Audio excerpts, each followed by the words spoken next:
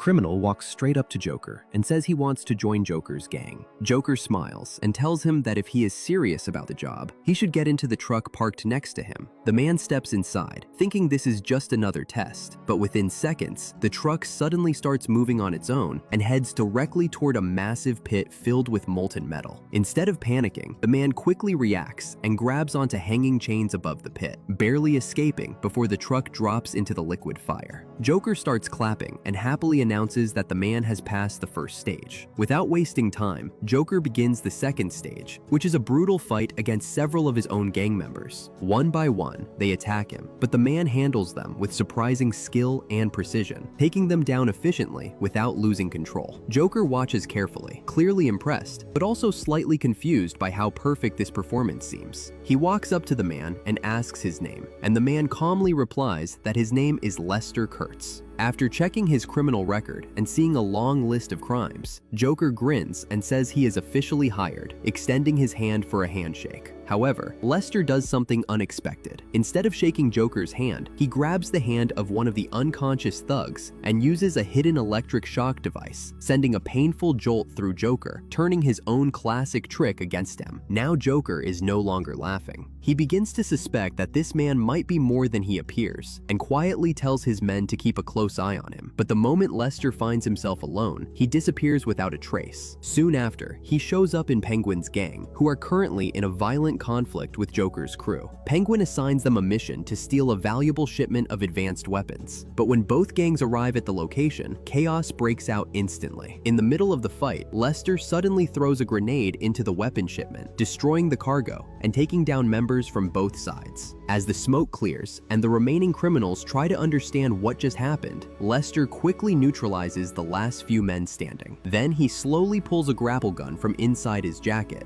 attaches it to a nearby building, and finally reveals the truth by putting on a familiar mask. Lester Kurtz was never a criminal at all. He was Batman the entire time, and Joker unknowingly tested the one man who was always 3 steps ahead.